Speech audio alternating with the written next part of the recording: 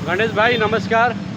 आज आप लोगों का मीटिंग चल रहा है क्या? बहुत ऑटो वाले सब यहाँ पे खड़े हैं। और कल के जो हमने यहाँ पे कार्यक्रम किया था 15 अगस्त का, उस कार्यक्रम के ऊपर तो मैं सबको बोलूँगा जो दिल से मन से आभार व्यक्त करता हूँ। कम से कम 60-70 जन रिक्शे वाले यहाँ पे खड़े थे और कुछ नहीं बोलेगा तो 400-500 रिक्शे वाले आके रिटर्न गए। तो ये क्या होता है, एक लगा होता है और लोगों ने आया और लोगों का प्यार मिला। इसके लिए लोगों को मैं दिल से धन्यवाद धन्यवाद धन्यवाद देता हूँ। ऐसा तो नहीं है कि मतलब ये ऑटो वाले आपके पास मराठी सीखने के लिए आ रहे हैं, अब उनको मराठी सिखा रहे हैं कुछ? नहीं, वो प्रताप सरनायक साहब सिखा रहे हैं। हाँ। और कल के वीडियो में बहुत जनों ने बोला कोई 900 ले रहा है, कोई 300 ले रहा है। वो कमेंट में है, आपके आईडी पे कोई जाके किसी को देखने का रहेगा तो देख सकता है। मेरे फेसबुक आईडी पे भी जाके देखने का कमेंट में तो देख सकता है। हमारा कोई वो रिलेटिव नहीं है, ये तो सब जन देखते हैं। तो भाईंदर बेच में कोई 300 ले रहा है, बोलता है कहीं कहाँ कितना ले रहा है, अंधेरी बांद्रा सब जगह के मैसेज आ रहे हैं। तो वो चीज़ अलग है और कौन कितना ले रहा है वो मेरा प्रॉब्लम नहीं है। पर मराठी सिखा रहा है महाराष्ट्र में और महाराष्ट्र का शान बढ़ रहा है, नाम बढ़ रहा है, या और इससे बड़ी बात क्या चाहिए। प्रताप सरनाइक साहब ने बोला है कि 17 तारीख लास्ट दिन है, 18 तारीख से कार्रवाई ज़रूर होगा, उसके बाद कोई सुनवाई नहीं होगा, कोई टाइम का छूट नहीं दिया जाएगा। 18 तारीख से अगर मराठी नहीं बोलते हैं तो उनके ऊपर कार्रवाई जो है लीगल कार्रवाई वो होगा, लाइसेंस कैंसिल होगा। संविधान से बड़ा कोई चीज़ नहीं है। उन्होंने लीगल कार्रवाई बोली है तो संविधान के अंदर ही करेंगे। तो ऐसा कोई कायदा है ही नहीं है कि जो चीज़ तुम्हारे पास है तुम उसको कैंसिल कर दो। और मराठी नहीं आती है ऐसा किसको है? इधर कम से कम अभी 15-20 जन है, इसमें से 2 जन को नहीं आती रहेगी। समझ में सबको आती है, बात करना सबको आती है। पर जो टाइम था, जो 115 5 दिन का उन्होंने टाइम दिया था, 3.5 महीने का, वो टाइम कुछ ज़्यादा कम था। क्योंकि बहुत रिक्शे वाले मेरे को पूछे दादा जाऊँ क्या, तो बहुत मेरे भी यूनियन के रिक्शे वाले गए हैं वहाँ पे, फॉर्म भरे हैं, परीक्षा दिए हैं, उनको अभी तक रिजल्ट मिला नहीं है। तो रिक्शे वाले बोले भी कि दादा क्या किया जाए, हम लोग जा रहे हैं तो कभी जो है जगह रिक्शा लगाने के लिए नहीं है, तो कभी चेयर पे बैठने के लिए नहीं है, ये गेट तक बंद कर दे रहे हैं। तो इनको टाइम बढ़ाना चाहिए था। तब भी अगर वो बोलते हैं टाइम नहीं बढ़ाते हैं और उन पे क्या कार्रवाई वो करेंगे, बोले किए नहीं, क्या बोले कार्रवाई करेंगे तो क्या कैंसिल नहीं करेंगे, सस्पेंड करेंगे 90 दिन के लिए।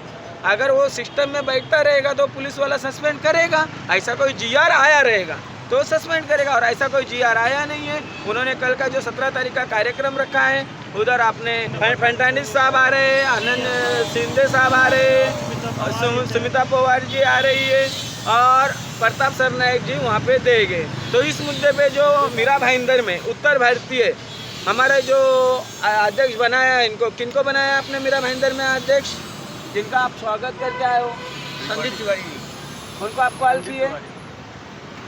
नहीं, मैंने उनको कॉल किया था, वो जरा यूपी में है। बोले गणेश भाई हम जरा बनारस में आए हुए थोड़ा काम से है।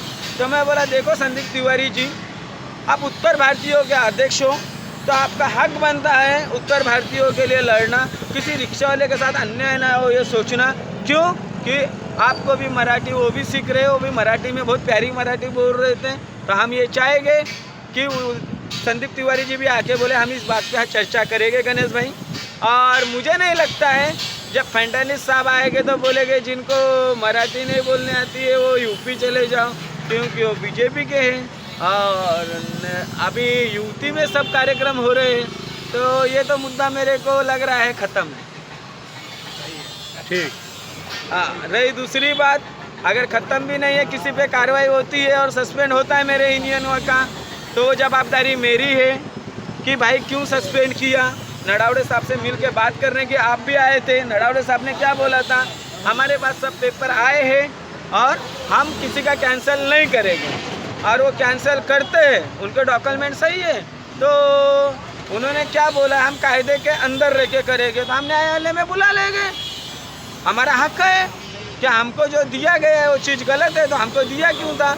और प्रताप सरनायक साहब को यही कहना है, ट्रांसफ़र मिनिस्टर जी हो आप, और जैसे कि आज मेरा कार्यकाल चल रहा है, ठाणे जिला पे मैं काम कर रहा हूँ बंजारा समाज का। मेरे पहले जो अध्यक्ष था उसने क्या घपला किया था, मेरा उससे कोई लेना देना नहीं है। मेरे कार्यकाल में गलत काम ना हो, ये मेरा काम है देखना।